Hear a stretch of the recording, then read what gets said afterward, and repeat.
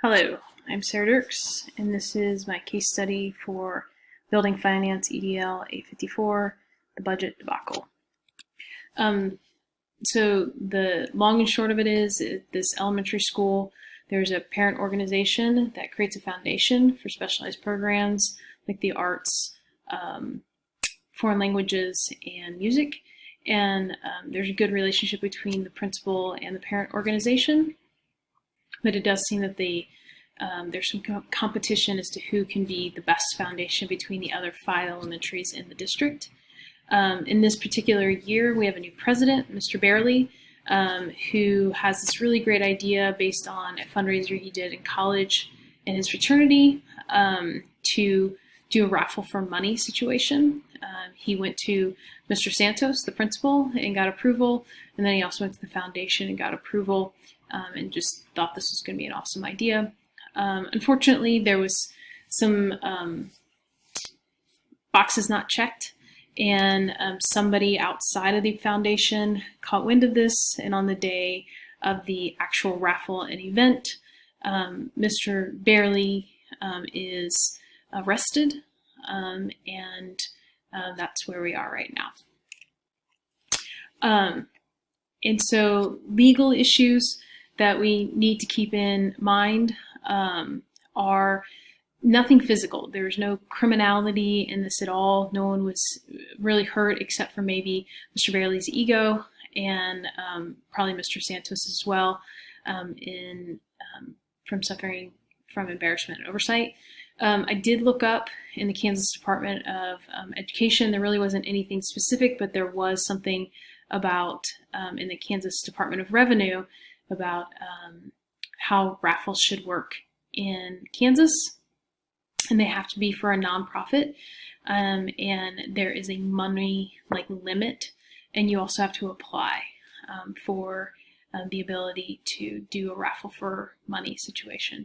The job of the president of the foundation is to raise money for its school, and I don't know if there's a specific contract that is signed, but that was Mr. Barely's job, and so there's really no breach of contract in that situation. He was doing what he wanted to do and needed to do in order to make the foundation soluble and to benefit the school. I don't know if harassment or discrimination based on definition is happening, but there is some shady business with this outside party who failed to really notify anyone of the issue rather than go straight to the authorities with the issue. So to synthesize this into one sentence, a parent organization meant to raise funds for an elementary school specialty programs did not do their due diligence in checking all the legality of their fundraising event. So just kind of talk about who is involved in this situation. There's actually a lot of people that the situation affects. Definitely more than anyone, the students who have enrolled in these programs, the music, the arts, and the foreign languages, and the teachers who teach those classes. They're paid for through this organization, and so that's definitely going to be an issue. The community members who support the event, maybe they don't have children who go to the school, or maybe they had children who go to the school and they still contribute to the foundation in order to make sure that this foundation stays solvent. Obviously, Mr. Barely is affected by this. I would also kind of say that his family is affected by this situation since he was arrested, and he has children in the school, and just the reputation and also just the legality and the money issues. And then Mr. Santos, the principal, in this situation. The place, so Briardale Elementary is a school of kindergarten through 5th graders, 600 students. It's one of 6 elementary schools that feed into 2 middle schools and 1 high school. It's a school district that seems to have a lot of longevity in its staff. They want to stay around. They want to be a part of the school and the school district. It's also mentioned that Briardale Elementary also can be rented out as a meeting facility, maybe for church gatherings or for dances on the weekend, or for practices and camps for sports. And then through the description is in that Rydell is in the center of town in the middle of a diverse community, but it has a suburban feel to it based on some of the descriptions. And then the program itself, it is the school district has a curriculum based on the basic skills, math, reading, writing, arithmetic, that sort of thing. But it does offer some supplementary programs which are funded by the foundation. It is a public school, and in this particular school district, even though Mr. Santos has a very great understanding of the programs and the budget, most of the funding goes through the superintendent. So how does this affect the stakeholders in this situation with Mr. Barely being arrested and the foundation? So the first is who attended the event, who was involved in the event, were they parents, were they community members, what happens to any money that they purchased tickets with or raffle tickets with, and then long term, how does this affect the foundation's financial solvency? Nothing was said about what happened after Mr. Barely's arrest other than the story hit the news. And so the assumption is that the event ended abruptly with a lot of confusion. And so I'm sure the community members are trying to figure out where all the money is going. And the questions that I have are like, when someone paid for a raffle ticket, were they given a receipt, or was there record beyond a ticket of the amount of money that they donated to the event? Other who are at stake are the students. 600 students, I'm sure a number of them are taking these supplementary programs, and so will these classes continue? This is a long-term issue, this isn't a short-term issue, and so if he was raising that much money, $100,000 was his goal, is that money gone? Was there money in the foundation prior to this event that could help in the wake of this situation? And then the teachers, do they have supplies? Do they have salaries? Was the foundation paying for their salaries, or was the school district paying for their salaries? That's an issue. And I'm just going to read this. It says, in this situation, the only information given about who was consulted were the principal and the rest of the members of the foundation. So it doesn't seem that they went to the superintendent. It doesn't seem that they went to any sort of like legal counsel to make sure that this was on the up and up. So maybe the principal should have contacted the superintendent, or maybe even other principals in the district to make sure that this was an event that they could do. In regards to how to make a decision moving forward, there's a lot of things that I feel like are left unsaid. So how is the raffle advertised? So when you say that there's an outside member who knows something that somebody else doesn't know, like, is it based on these advertisements? Is it based on the amount of money being raised? Is it based on competition between the elementary schools? What sort of records were kept as to the amount of money that went into the event and the amount of money that was raised from the event?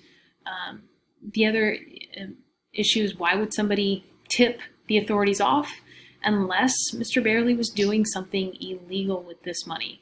Was he pocketing profits, or was he pocketing a percentage of it because of the work he was doing? Or just in general, was this event something that through the rules of the state and the rules of public education, he wasn't allowed to do without putting an application in through the state?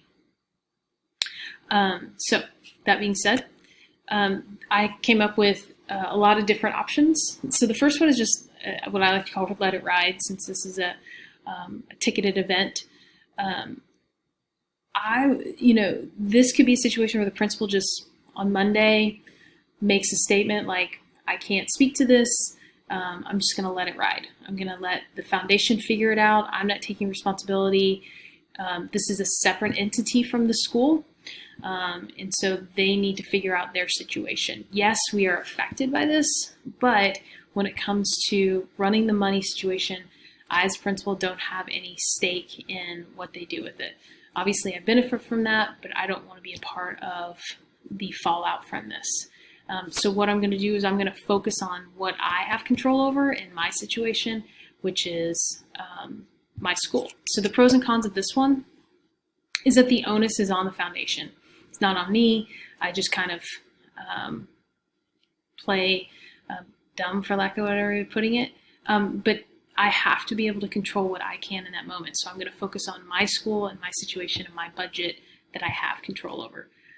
The cons of this are the long-term effects. So again, if this foundation is trying to give money for programs in the future and the foundation is dissolved or that money that was raised is no longer there, what do I do with my teachers? Ultimately, I could lose complete control and lose my job by the superintendent for lack of oversight. And if I do put the onus on the foundation and we do somehow, the foundation stands, I can lose that relationship with the foundation. So what happens in the future? Will they want to work with us? Will they want to raise money for us, etc.? Another one is just what I like to call know when to fold them, is to take complete control of the situation and say, here are my cards. This is what I know. I'm going to go ahead and cut off any sort of relationship with the foundation. And I'm just going to try and work some budgeting situations around, and maybe cut some things in our school for a while, tighten up the reins in order to make sure that things look okay for a while. And I'm going to consider what the programs might have to be reduced in order to cut or eliminate any ties with this parent organization. If this is going to be an issue moving forward, then is it really great for my students, for my staff, for me to have this relationship with the foundation? So the pros of this is, again, the onus is on the foundation still. It's not my problem. I didn't do anything wrong. Yes, I ultimately said, yeah, I'll take the money that you raise from this. But since they are a separate organization, do I need to take control or ownership of that? The issue of Mr. Barely being arrested. So I still have control of the finances in my school and in my programs.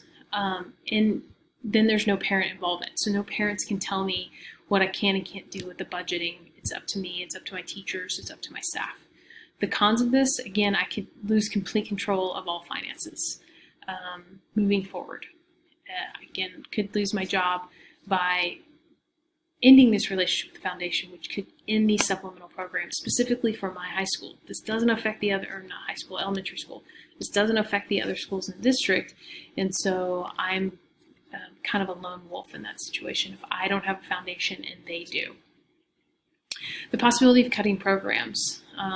Research shows that the arts and with music and art programs and tactile arts, and then also with foreign languages, are beneficial to students, especially at those early ages. If I have to cut those programs and only focus on the basics, then am I really benefiting my students? And people might lose their jobs. And then in the long run, is there really any oversight as to what's going on with the finances? Is it just me taking control and knowing what I'm supposed to do? There's lots in the next slide. So this one is, let's take a deep breath.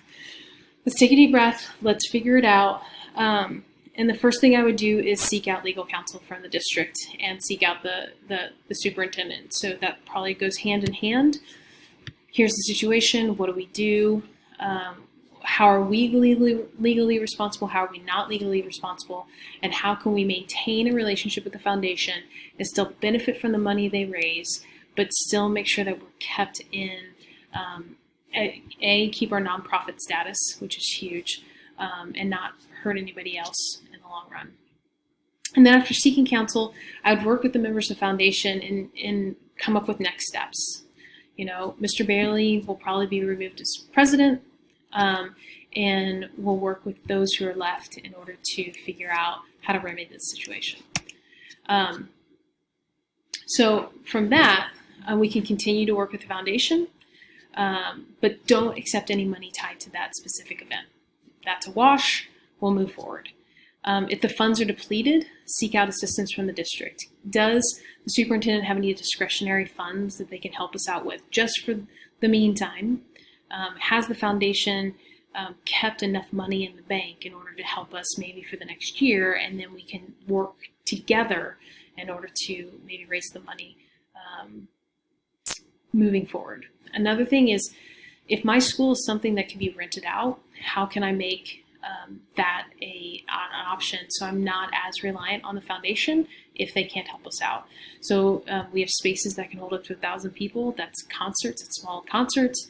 That's we can maybe rent out our gym space for practices or for camps on the weekend for volleyball or basketball, etc. So if there's some way that I can use the facilities that we have, and again, that's a conversation I have to have with the superintendent and the facilities manager, can we maybe generate some revenue to help keep these programs in place so we're not so reliant on the foundation?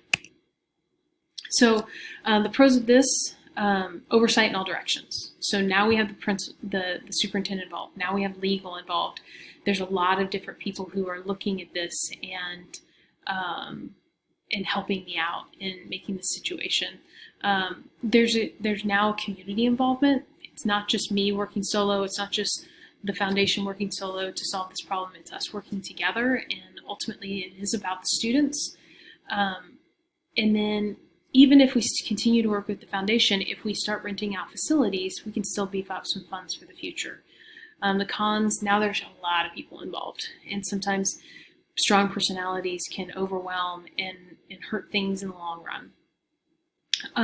If I am reaching out to other principals or other schools, maybe I have their judgment about my leadership skills, and I know that sounds very egotistical, but in a school district that it's important to maintain a financial future, that could play a role. Is the community going to continue to give money to this foundation, or to support me as the principal, or support the school in general? If we do rent out facilities, that might mean more work for the classified staff, scheduling things, scheduling custodial work, scheduling people to supervise. So there could be a trade-off in we could be making money by renting out the facilities, but we also might be paying people more to supervise. So you have to look at do the benefits outweigh the cost? Some other options that I looked at is seek out other principals and their strategies. There's no mention of some sort of camaraderie between the other principals, but if there's 6 foundations between the 6 elementary schools, can we look at what the other schools are doing or what the other foundations are doing? And is there a disparity? Is one school doing it this way and another school doing it this way? Is there any way we can make it so it's equal and equitable across all 6 foundations? In our school district, we have 5 high schools. And so if one high school is doing it one way and they raise a ton of money, but my high school does it a different way and raises very little money, is that fair? So how can we make it so there is equality or equitability in funds raised, or at least the way that the district works with these foundations? And so that's number 5, work with the district and make sure that all future presidents are hearing the same message. So if you're a president, you're going to sit down with legal, you're going to sit down with all the principals, and we're going to come up with, here are the things you can do and here are the things you can't do. Here are the things that have to go through legal. We can't accept money on this, this, and this. We can't accept money on this, this, and this. And even seek out other opportunities. Is crowdfunding something that we can do? So all of the onus of raising money for these programs isn't on me as the principal, on the foundation, but it's kind of a whole group effort. And also educate myself a lot more on what the legal issues are on different fundraising. Can we even do crowdfunding? Some states are pretty limited, or they have rules on that. And then create some sort of document where we pass that knowledge on to the foundation, or we pass that knowledge on to future foundation presidents. Also work with the entire staff. I think there's value in transparency. I don't know if we need to do a Chicken Little, the sky is falling situation, but how can we work with the staff who specifically are teaching those supplemental programs to see if we can maybe cut some things here and there to tighten the budget in order to make it last a little bit longer. Here's the funds we have. How can we make this work? The pros of this, I'm getting more education on funding and what works and what doesn't work. I also think that uniformity in how the schools do things is never a bad thing. If you have that many students in the district, we're talking 2,000 elementary school kids, 3,000 elementary school kids between the 5 elementary schools, K through 5. And if all 3,000 of those students are benefiting equally, how is that a bad thing? It does leave more work, and that can be a con for a lot of people. Just want to keep doing it the same way we're doing it. Why do I need to teach? Why do I need to learn? That sort of thing. It also could upset the other principals if their foundations are doing it one way and we go back to this equal and equitable thing. That could upset some people. It could upset the staff to know that their budgets are being cut, or the community to know that their efforts aren't being applauded. So the best option and why. What I would do is I would contact the district office and sit down with the superintendent and legal team. I think that's the first thing. It's a little bit of eating humble pie, but ultimately, if I'm trying to help my students and my staff, I need to seek help. Yes, I think I know what I'm doing and I have all the knowledge, but I don't see what it hurts. It is best to have as many people in the know just in case something happens outside of Mr. Barely's arrest. Is there something more we don't know? And it's important to be ready for any situation so we're not scrambling. At the end, we also need to understand our liability. I would ask for clear directions on how the district plans to direct all foundation relationships. Is the superintendent ever involved in this situation? Have they just been allowing each individual elementary school to do things individually? Will there be guidelines available, equitability between the schools? And if Dale Elementary has equipment or supplies that another school doesn't, how can the district justify a basic education across the board? Next, I would set up a meeting with the foundation, and I would invite legal counsel and superintendent to that meeting. And if funding for supplemental programs is directly tied to the foundation, it's important to maintain a relationship and consider our options moving forward. And then I would advise the foundation and all elementary school foundations to establish very specific bylaws as to how future fundraisers should be handled. Is there documentation in place for this foundation that says this is what we can do, this is what the president does, this is what the treasurer does, this is what this person does, versus what it seems like a situation where anybody can be elected president, and if anyone has any idea, we're going to try to make it work without looking at all of the possible consequences, positive or negative, that can come of this. I would also encourage an auditing system just to make sure that if Mr. Barely was the only one involved in the planning process, is that a problem? And then I would start talking to my staff. I would send an email to staff to ward off any gossip. I think that's super important on that first day back to make sure that, you know, the story is here's what happened, here's what we know, here's what we don't know, but here's what you shouldn't do. Don't talk to the community. Don't talk to your students about this. If you're asked, unless you know inside information, don't make up information. And then I would have a specific meeting with my teachers, just again, for transparency and honesty, just to see what their thoughts are on how this could affect their programs moving forward. And then the last step would be to send an email to the community, again, to ward off any gossip, but also to ask them, like, hey, this happened, but we need to rally. We need to come together as a community to I don't know, fix the situation, because I don't know if there's any fixing of the situation, but to, you're a stakeholder, your taxes pay for the education here, and then you also give extra money for these extra programs. So what does this look like moving forward? I think hitting it right off the bat with communication, with honesty, with transparency is the best possible way. So based on the advice of the superintendent and legal counsel, I would move forward. I would communicate with the foundation, the staff, the community about how this will all play out. And ultimately, I need to make sure that our students are being provided the best education possible. And hopefully that includes the arts and music and foreign language. So putting the plan in action, just kind of laid that out in the previous slides. If this plan doesn't work, though, I'm going to have to continue to seek out advice from the superintendent and legal counsel and from other principals. If the legal issue with the foundation continues, we as a school might have to cut ties completely. And if those legal issues end up affecting the school, how do we deal with that? So the standard integration, the standard 6.2 says program completers understand and demonstrate the capacity to evaluate, develop, and advocate for data-informed, equitable resourcing plan that supports school improvement and school development. I felt like this assignment allowed me an opportunity to evaluate as much data that was provided in order to think about possible solutions to a potential funding issue. I had to think about all the different persons involved, down to the staff who might have to work more if facilities are rented out more. Also had to think about the future relationship with important group members, the community, taxpayers, foundation members, etc. Not just because they provide money, but more so because they are parents and community members who have a shared interest in the success of the school. And finally, I had to think about the faculty and students and how to best align the goals of the school with the budget that I have in front of me. I did seek out more resources from the Kansas Legislature House Bill 2155 about charitable raffles and bingo, and then there's my resources. Thank you.